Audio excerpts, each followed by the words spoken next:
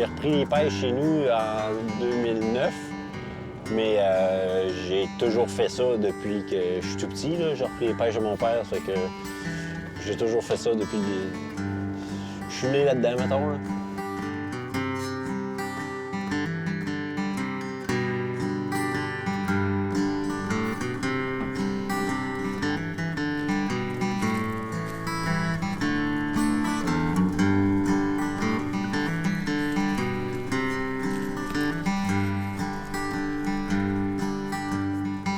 Ici, on est à la pêche à Rivière-Ouelle, ma pêche à anguille, puis sur le bord du fleuve Saint-Laurent.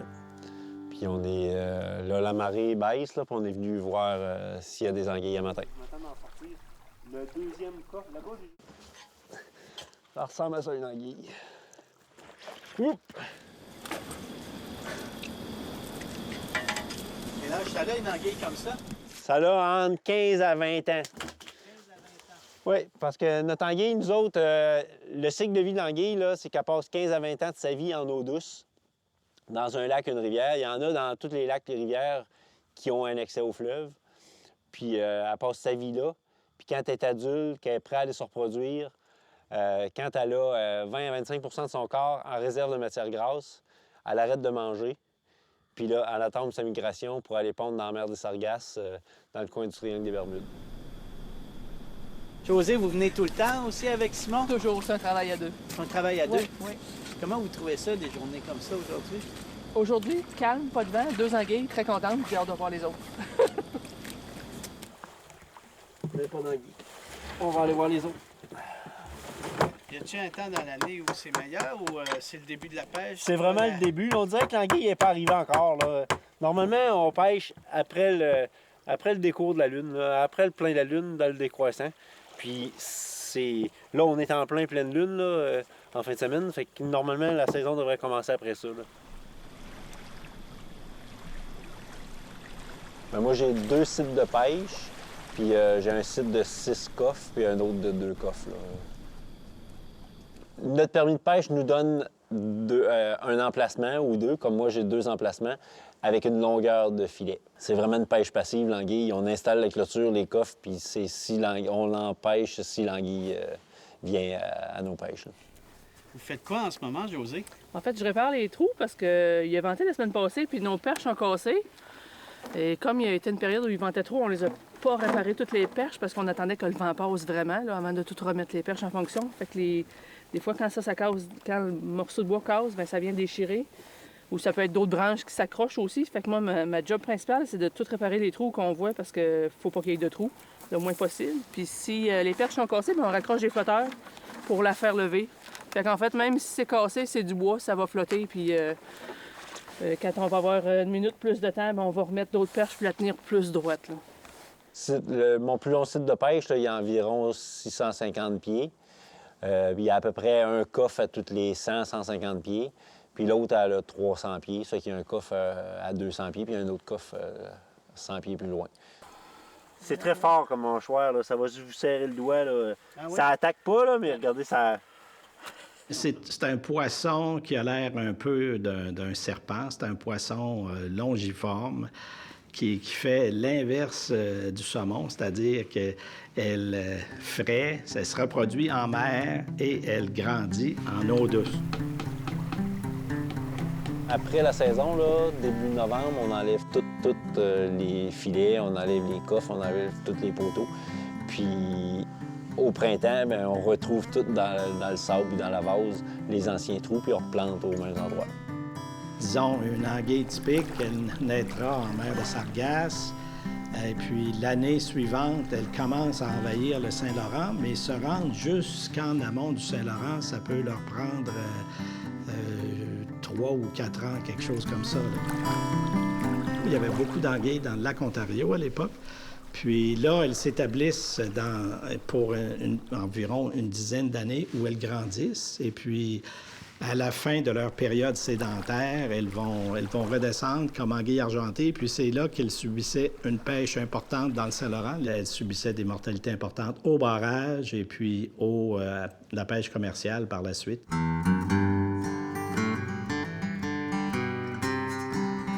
Ben là, il y en avait 3 là-bas, puis il y en a 2 dans le premier, ça fait 5. C'est vraiment le début, là. Puis c'est de la belle anguille, là. On a une anguille d'à peu près 3-4 livres, là. C'est pas de la petite, c'est de la belle anguille. Pour la transformation, là, c'est des belles grosseurs. Ça peut avoir quel âge, ces anguilles-là? Entre 15 à 20 ans, là, c'est de l'anguille adulte, là, prêt à aller se reproduire.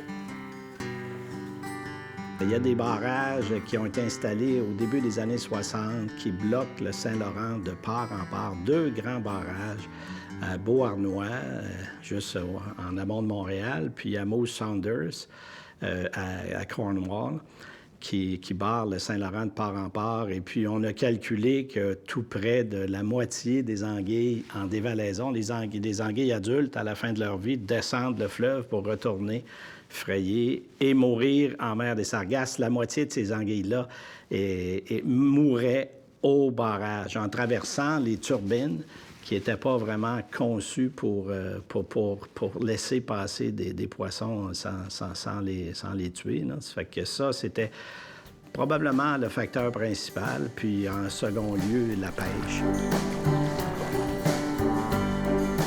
Les 8 pêcheurs ensemble dans le Kamouraska, là, je vous dirais, l'an passé, on a pris 22 tonnes. Ça varie entre 15 et 25 tonnes. Quand elles sont jeunes, elles vont surtout être insectivores. Les anguilles, quand elles sont en eau douce, ils vont manger beaucoup des larves d'insectes. Mais en vieillissant, elles vont devenir piscivores, puis elles deviennent un top prédateur de l'écosystème parce que c'est un poisson qui peut faire 1 mètre de long. Elle arrive début octobre, puis souvent, on pêche jusqu'à mi-novembre même, des fois. Là. Mais souvent, la fin de la pêche, c'est quand l'hiver arrive, parce que nous, il faut enlever tout notre matériel avant que la glace prenne dans le fleuve. Ça a été, Simon, les premiers coffres? Bien, ici, là, il y en avait 6 pour la marée, là, mais c'est pas gros, mais on sait qu'il a fait beau toute la semaine. Fait que... Puis là, j'avais une petite réparation à faire au bout, là, mais là, c'est fait. Puis là, on va aller voir l'autre site de pêche là-bas. Là-bas, j'ai 2 coffres, là, puis il y en a un, ça fait une semaine que j'ai pas vu, là, parce qu'il y a beaucoup d'eau là. Ça fait qu'on va voir c'est quoi qu'il y a là-bas.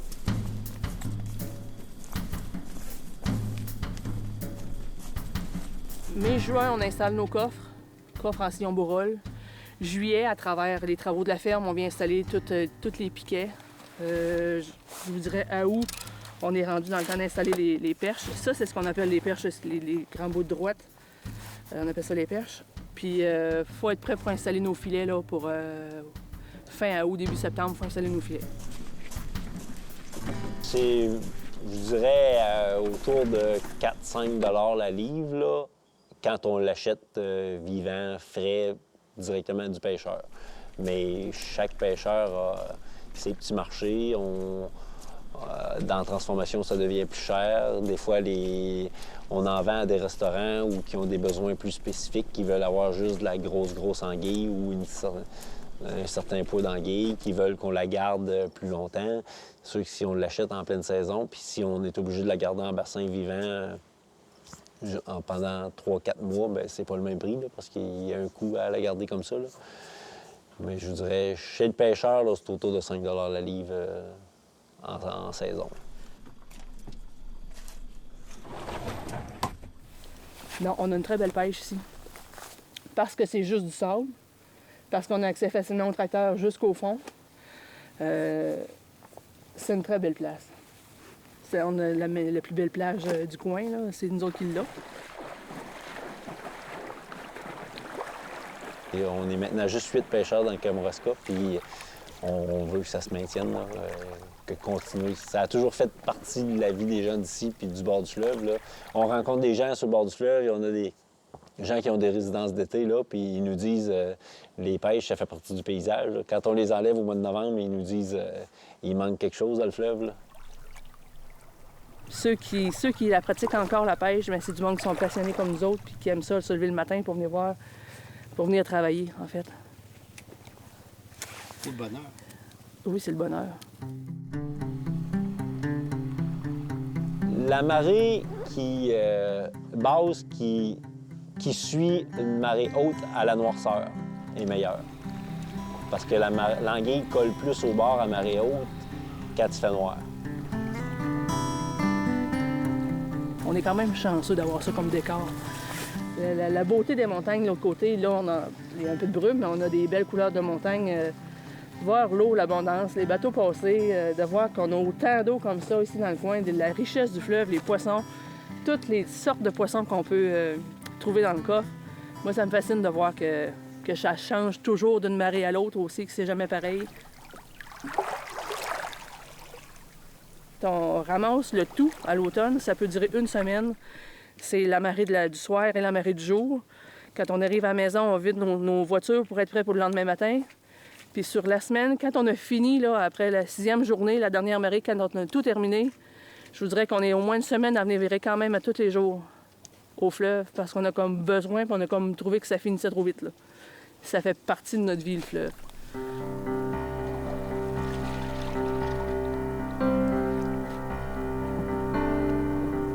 Aujourd'hui, bien, il y a des passes migratoires d'un barrage, fait qu'on sait que ça peut améliorer la situation. L'Association des pêcheurs d'anguilles du coin ici a fait de 2005 à 2010 de l'ensemencement dans le lac Champlain. Puis l'Ontario a fait la même chose dans le lac Ontario. Fait que ça a fait refaire la ressource un peu. Dans les années 70-80, l'anguille, ça allait en Europe, parce que c'était pas consommé dans la région aussi. Fait que les pêcheurs, ce qu'on s'est pas à la tête, c'est qu'il y avait des acheteurs, puis ça allait souvent en Europe, en Allemagne beaucoup.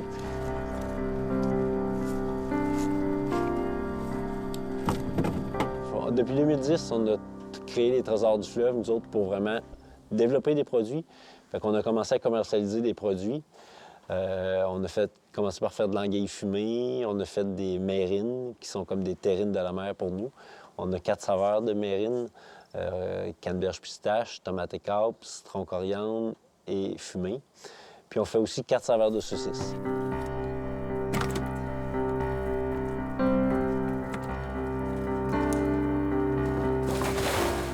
L'avenir de la ressource d'anguille n'est pas aussi mauvais que l'anguille que dans le Saint-Laurent, disons. Puis le ministère ne reste pas les bras croisés. Je participe à un atelier dans 2 semaines à Halifax où on essaie de mettre sur pied une évaluation de stock pan-canadienne à la grandeur de l'aire de distribution, puis pour mieux comprendre ce qui se passe avec cette espèce-là, puis pour mieux fournir des conseils à la gestion des pêches aussi. C'est une tradition qui est en train de disparaître. Puis c'est l'histoire de l'humanité, ça, c'est ça. On exploite les ressources, puis lorsqu'ils sont plus là, bien, les gens changent d'habitude, et puis on oublie, leurs descendants vont oublier que c'est ça, que cette ressource-là était une ressource très productive à l'époque, puis c'est déplorable. Bon, oui, c'est une tradition, puis c'est de quoi on veut pas que ça se perde, là. Même on travaille, maintenant, le ministère travaille présentement à nommer la pêche anguille patrimoine immatériel pour que ça devienne vraiment inscrit comme patrimoine.